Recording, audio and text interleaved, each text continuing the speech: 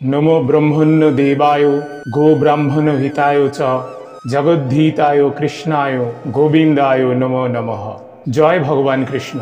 नमस्कार बंधुरा, आज आमरा शुनबो उत्पन्ना एकादशीर व्रत कथा। भविष्योत्तर पुराणे भगवान कृष्ण अग्रहायण मासेर कृष्ण पक्षेर এই उत्पन्ना एकादशीर व्रतेर माहात्म्य कथा बर्णना करेছেন। এই ব্রত पालन करले शत्रु विनाश হয়, परम गति एवं सर्वसिद्धि लाभ হয়। যিনি भक्तिपरायण হয়ে এই उत्पन्ना एकादशीर व्रत माहात्म्य कथा पाठ अथवा श्रवण करबेन তিনি শ্রীহরির आशीर्वाद लाभे धन्य हबेन। उत्पन्ना एकादशीर व्रत कथा। एकबार अर्जुन बोलें, हे देव, अग्रहायणेर पुण्यप्रदायी कृष्णपक्षेर एकादशीके केन उत्पन्ना बला हय एवं कि जन्यई बा एई एकादशी परम पवित्र ओ देवतादेरो एत प्रिय ता जानते इच्छा करी। आपनी कृपा करे आमाके ता बोलुन। श्री भगवान बोलें, हे पृथापुत्र, पूर्वे सत्ययुगे मूर नामे एक दानव छिलो। अद्भुत आकृति विशिष्ट सेई दानवेर स्वभाव छिलो अत्यंत कोपन। से देवतादेरो भीतिप्रद छिलो। युद्धे देवतादेर एमनकि स्वर्गराज इंद्रके पर्यन्त पराजित करे स्वर्ग थेके बिताड़ित करेछिलो। तखन देवतारा महादेवेर काछे गिये निजेदेर समस्त दुःख सविस्तारे जानालेन। शुने महादेव बोलें, हे देवराज, जेखाने शरणागत बत्सल जगन्नाथ गरुड़ ध्वज बिराज करछेन तोमरा सेखाने जाओ। तिनी आश्रितदेर परित्राणकारी, तिनी निश्चयई तोमादेर मंगल विधान करबेन। देवादिदेवेर कथा मतो देवराज इंद्र देवतादेर संगे निये क्षीर समुद्रेर तीरे गमन करलेन। जले शायित श्री विष्णुके दर्शन करे देवतारा हाथ जोड़ करे तार स्तब करते लागलेन। स्तुतिर माध्यमे निज निज दैन्य और दुःखेर कथा तारा भगवानके जानालेन। इंद्रेर कथा शुने भगवान नारायण बोलें, हे इंद्र, सेई मूर दानव कि रकम, से केमन शक्तिशाली ता आमाय बोलो। इंद्र बोलें, हे भगवान, प्राचीन काले ब्रह्मवंशे तालजंघा नामे एक अति पराक्रमी असुर छिलो। तारी पुत्र सेई मूर अत्यंत बलशाली, भीषण उत्कट और देवतादेरो भय उत्पादनकारी। से चंद्रावती नामे एक पुरीते बास करे। स्वर्ग थेके आमादेर बिताड़ित करे तार स्वजाति काउके राजा काउके अन्यान्य दिक्पाल रूपे प्रतिष्ठित करे एखन से देवलोक सम्पूर्ण रूपे अधिकार करेছে। तार प्रबल प्रतापे आज आमरा पृथिवीते विचरण करছি। इंद्रेर कथा शुने भगवान देवद्रोहीदेर प्रति अत्यंत क्रोधान्वित हलेन। तिनी देवतादेर संगे चंद्रवतीपुरीते गेलेन।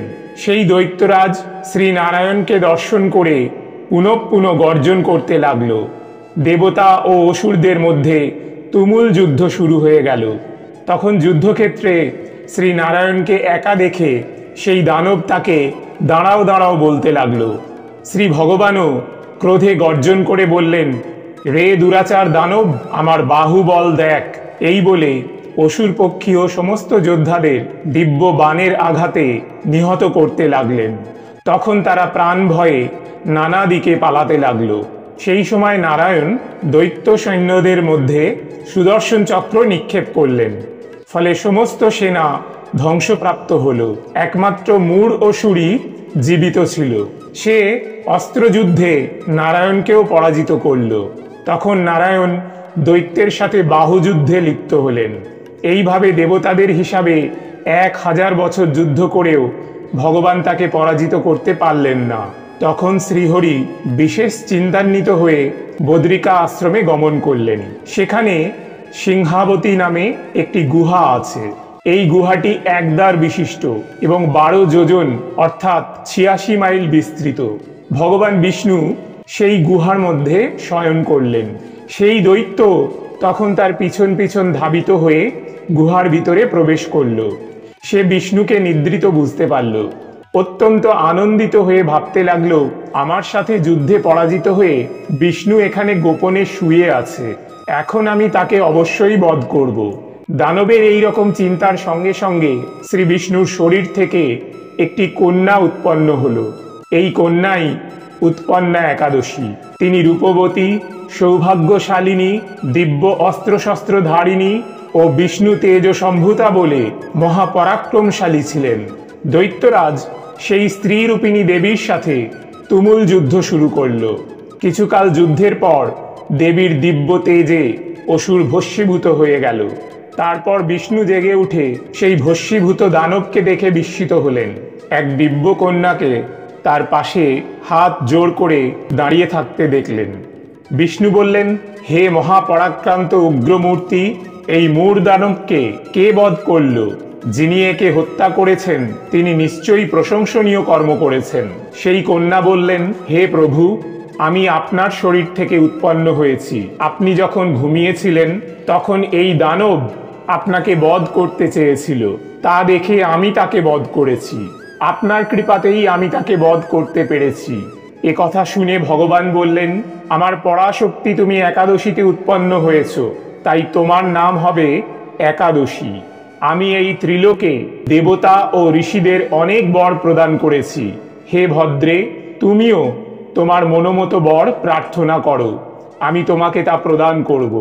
একাদশী বললেন, হে দেবেশ, ত্রিভুবনের সর্বত্র আপনার কৃপায় সর্ববিঘ্ন বিনাশিনী ও সর্বদায়িনী রূপে যেন পরম পূজ্য হতে পারি, এ বিধান করুন। আপনার প্রতি ভক্তিবশত যারা শ্রদ্ধা সহকারে আমার ব্রত উপবাস করবে তাদের সর্বসিদ্ধি লাভ হবে, এই বর প্রদান করুন। বিষ্ণু বললেন, হে কল্যাণী, তাই হোক। উৎপন্না নামে প্রসিদ্ধ তোমার ব্রত পালনকারীর সমস্ত ইচ্ছা পূর্ণ হবে। তুমি তাদের সকল মনোবাসনা পূর্ণ করবে, এতে কোনো সন্দেহ নেই। তোমাকে আমার শক্তি বলে মনে করি, তাই তোমার ব্রত পালনকারী সকলে আমারই পূজা করবে।